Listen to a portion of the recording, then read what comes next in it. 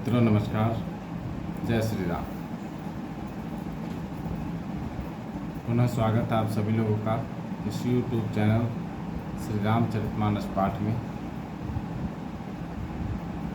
मैं राकेश कुमार। चलिए शुरू करते हैं आज का प्रसंग। मंथरा रूपी जो आज भी बहुत सारे घरों में विघ्न पैदा करती है, ये मंत्रा रूपी अज्ञान को श्री राम नाम जाप से दूर करने का हम सभी लोग प्रयास करें। चलिए शुरू करते हैं आज का प्रसंग। पढ़ऊँ कुपतुए बचन पड़ा, सकऊँ पूत पति त्यागी। कहसी मोर दुख देखि बड़ा, कस न करब हित लागी। बड़ी करी कबूली के कपट छुरी उड़ पाहनटे। लखाई नारानी निकट दुख कैसे, चढ़ई हरित तीन बलि पशु जैसे। सुनत बात मृदु अंत कठोरी, देति मनहु मधु माहुर घोरी। कहई चेरी सुधी अहई कि नाही, स्वामिनी कहिहु कथा मोहि पाही। दुई बरदान भूप सन थाती, मागहु आजु जुड़ाबहु छाती। सुतहि राजुड़ा मही बनवासु, देहु लेहु सब सबति हुआसु। भूपति राम शपथ जब करई, तब मागहु जहीं बचन न टरई। कोई अकाजु आजु निस बीते, बचन मोर प्रिय मानेहु जीते। बड़ को घातु करी पाति किनी, कहसी कोप गृह जाहु। काजु सवारहु सजग सबू, सहसा जनी पतियाहु। कुंवरी ही रानी प्राण प्रिय जानी, बार बार बड़ी बुद्धि बखानी। तुहि समहित न मोर संसारा, बहे जात कई भैसी अधारा। जौं विधि पूरब मनोरथ काली, धरऊँ तोहि चख पुतरियाली। बहु विधि चेरी आदरु देई, कोप भवन गबनी कैकेयी। विपति बीजु बड़ सारितु चेरी, हुई भई कुमति कैकेयी केरी। पाई कपट जलु अंकुर जामा, बड़ दूदल दुख फल परिणामा। कोप समाजु साजि सबु सोई, राजु करत निज कुमति बिगोई। राउर नगर कोलाहल होई, यह कुचाली कछु जान न कोई।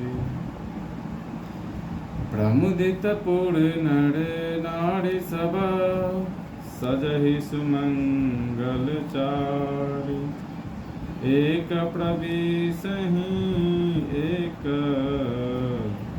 निर्गम ही भीड़ भूप दरबार। बाल सखा सुनु ही हरसाही, मिली 10-5 राम पहि जाहि। प्रभु आदरहि प्रेम पहिचानी, पूछहि कुशल खेम मृदुवाणी। फिरहि भवन प्रिय आय सुपाई, करत परस्पर राम बड़ाई। को रघुबीर सरिस संसारा, सीलु सनेहु नीवाह निहारा। कैकेयी ने कहा, मैं तेरे कहने से कुएं में गिर सकती हूँ, पुत्र और पति को भी छोड़ सकती हूँ। जब तू मेरा बड़ा भारी दुख देखकर कुछ कहती है, तो भला मैं अपने हित के लिए उसे क्यों न करूँगी।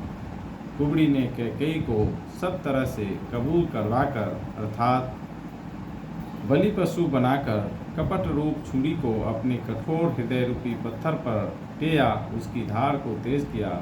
रानी कैकेयी अपने निकट के शीघ्र आने वाले दुख को कैसे नहीं देखती। जैसे बलि का पशु हरी हरी घास चरता है, पर यह नहीं जानता कि मौत सिर पर नाच रही है।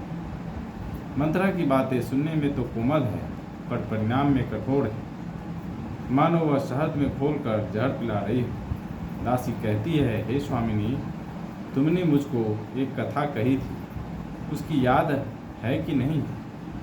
तुम्हारे 2 वरदान राजा के पास धरोहर हैं, आज उन्हें राजा से मांगकर अपनी छाती ठंडी करो। पुत्र को राज्य और राम को वनवास दो, और सौत का सारा आनंद तुम ले लो। जब राजा राम की सौगंध खा लें, तब वर मांगना, जिससे वचन न टलने पावे। आज की रात बीत गई तो काम बिगड़ जाएगा। मेरी बात को हृदय से प्रिय या प्राणों से भी प्यारी समझना। पापिनी मंत्रा ने बड़ी बुरी घात लगाकर कहा, कोप भवन में जाओ, सब काम बड़ी सावधानी से बनाना। राजा पर सहसा विश्वास न कर लेना, उनकी बातों में न आ जाना। कुबड़ी को रानी ने प्राणों के समान प्रिय समझकर बार बार उसकी बड़ी बुद्धि का बखान किया और बोली, संसार में मेरा तेरे समान हितकारी और कोई नहीं है। तू मुझ वही जाती हुई के लिए सहारा हुई है। यदि विधाता कल मेरा मनोरथ पूरा कर दे, तो हे सखी, मैं तुझे आँखों की पुतली बना दूँगा। इस प्रकार दासी को बहुत तरह से आदर देकर कैकेयी कोप भवन में चली गई। विपत्ति कलह बीज है, दासी वर्षा ऋतु है। कैकेयी की कुबुद्धि उस बीज के बोने के लिए जमीन हो गई। उसमें कपट रूपी जल पाकर अंकुर फूट निकला। दोनों वरदान उस अंकुर के 2 पत्ते हैं, और अंत में इसके दुख रूपी फल होगा। कैकेयी कोप का सब साज सज कर कोप भवन में जा सोई। राज्य करती हुई वह अपनी दुष्ट बुद्धि से नष्ट हो गई। राजमहल और नगर में धूमधाम मच रही है। इस कुचाल को कोई कुछ नहीं जानता। बड़े ही आनंदित होकर नगर के सब स्त्री पुरुष शुभ मंगलाचार के साथ सज रहे हैं। कोई भीतर जाता है, कोई बाहर निकलता है। राजद्वार में बड़ी भीड़ हो रही है। श्री रामचंद्र जी के बाल सखा राज तिलक का समाचार सुनकर हृदय में हर्षित होते हैं।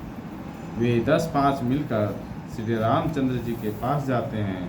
प्रेम पहचान कर प्रभु श्री रामचंद्र जी उनको आदर करते हैं और कोमल वाणी से कुशल क्षेम पूछते हैं। अपने प्रिय सखा रामचंद्र जी की आज्ञा पाकर वे आपस में एक दूसरे से श्री रामचंद्र जी की बड़ाई करते हुए घर लौटते हैं और कहते हैं, श्री राम संसार में श्री रघुनाथ जी के समान शील और स्नेह को निभाने वाला कौन है। तो मित्रों, आज के लिए इतना ही। प्रभु श्री राम, माता जानकी और श्री हनुमान जी की कृपा आप सभी के ऊपर बनी रहे। समस्त विश्व का कल्याण हो। इसी मंगल कामना के साथ मिलते हैं कल फिर नए प्रसंग में। तब तक के लिए मुझे इजाज़त दीजिए। जय श्री राम।